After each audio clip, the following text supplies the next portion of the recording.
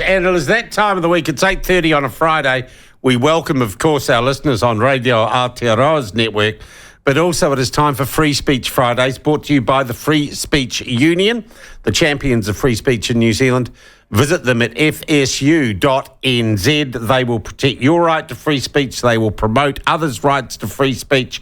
They're involved in campaigns and all sorts of interesting stuff. Do check them out. Joining us this morning for what I'm sure is going to be a very lively Free Speech Friday, faithful old retainer from Auckland City Council, former National Cabinet Minister Maurice Williamson. Maurice, good morning, mate. Good morning. And from Family First, New Zealand. Well, the small C conservative lobby group that the left won't allow to be a charity is Bob McCoskrie. How are you, Bob? How are you, Sean? Morning, Maurice. Good morning, Bob. You two know each other? I don't have to introduce you? Not really, no. I think by the time I'd left and gone to the States, Bob had been a little bit more prominent on the scene. So I don't think we've met, no. Okay, Bob meet Maurice, Maurice meet Bob. You'll get along famously. I'm sure. Firstly, Maurice, you, I know, were picking the result we got Wednesday, New Zealand time. No surprises to you, the extent of the victory? And the good news is, Sean, I put it out well before the day because there's so many after the event. I mean, I actually now know who won the Melbourne Cup this year, so I can tell you. But it's easy to be incredibly knowledgeable after the event. But I put it out well before, and it was just simple. And I tell you why it is simple.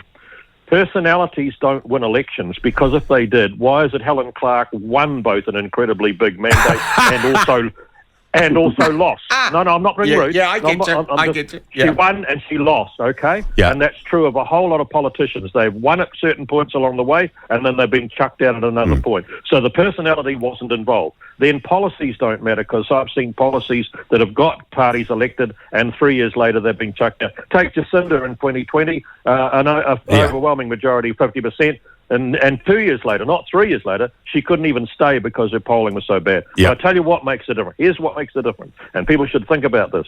It's right direction, wrong direction that matters. Yeah. And it's the only thing that matters. If when you're polling, people are happy with the economy, they've got money in their wallet, their interest rates are quite good on their mortgage, inflation's not killing them, and their kids are doing well at school, they don't want to change. They are happy to sit there and say what's going on is cool and the government will get re-elected.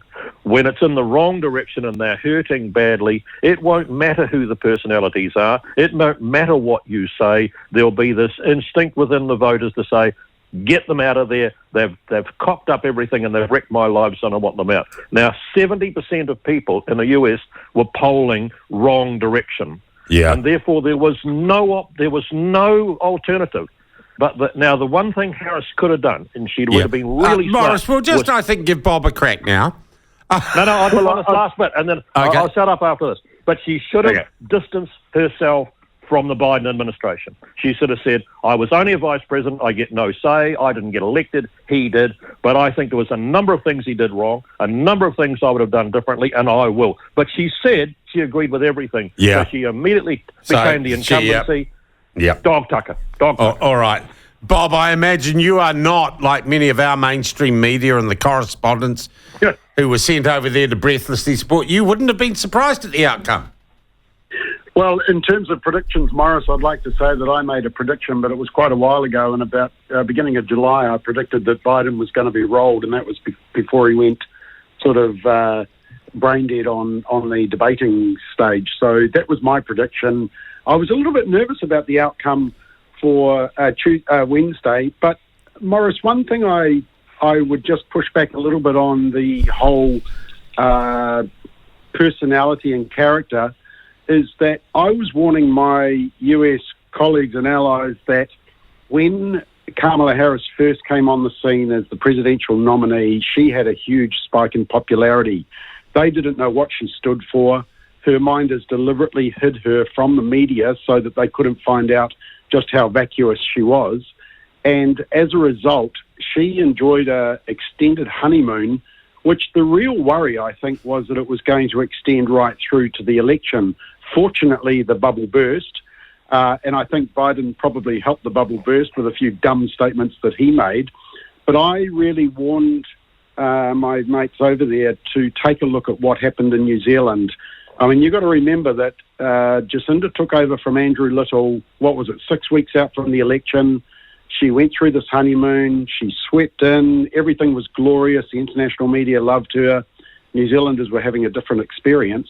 And as you say, Maurice, the bubble did burst quite spectacularly. I mean, it's the fastest fall of a political star I've ever seen.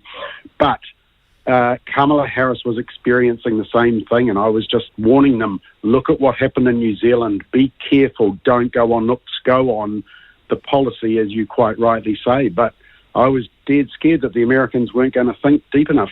Look, guys, I summed it up. If the Democrats had gone to a proper primary earlier in the year, had a whole range of new, fresh, shiny names, nothing to do with the Biden administration, they would have been in with a chance.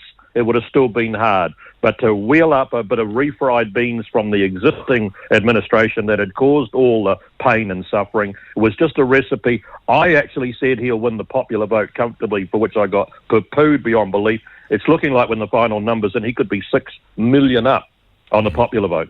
Yeah, look, personally, I think, though, guys, what America voted for was, for their, as someone said, the 3 feet in front of them, for lower mortgage rates, for a little bit, a better economy. And I'd say that globally, it was a massive victory in the war on woke, guys.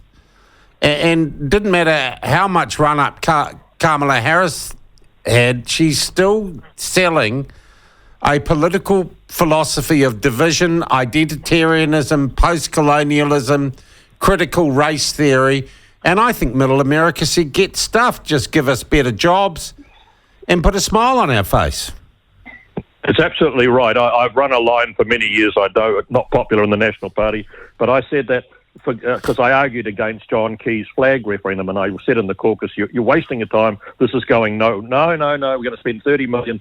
And I tell you what, when people get out of bed in the morning and they put their feet on the floor beside it, things race through their brain about, is my job secure because I've heard there's going to be layoffs? Is my income? Is my mortgage going to outdo me and I'm going to be underwater and I'll lose my house? Is the black mole on my wife's back a melanoma and will the health system deal to it? They do not wake up in the morning and say, geez, I hope that flag has changed today. And so it's what goes through their minds that are absolutely... Or say, gosh, I hope I can get gender-affirming surgery for my 12-year-old, right? Well, we all do that. We all do that most mornings, yeah. Yeah, Bob, I played ridiculous. this morning, Bob. I want to play it again. I've been away when I think this came out. But, boy, we got some reaction today. Guys, I just want you to listen. We got that audio there, Ben. We're just gonna line it up. We have got it here, guys. I just want you to listen to this unequivocal position from Donald Trump on transgenderism. Left-wing gender insanity being pushed on our children is an act of child abuse. Very simple. Here's my plan to stop the chemical, physical, and emotional mutilation of our youth. On day one, I will revoke Joe Biden's cruel policies on so-called gender-affirming care. Ridiculous. I will sign a new executive order instructing every federal agency to cease all programs that promote the concept of sex and gender transition at any age.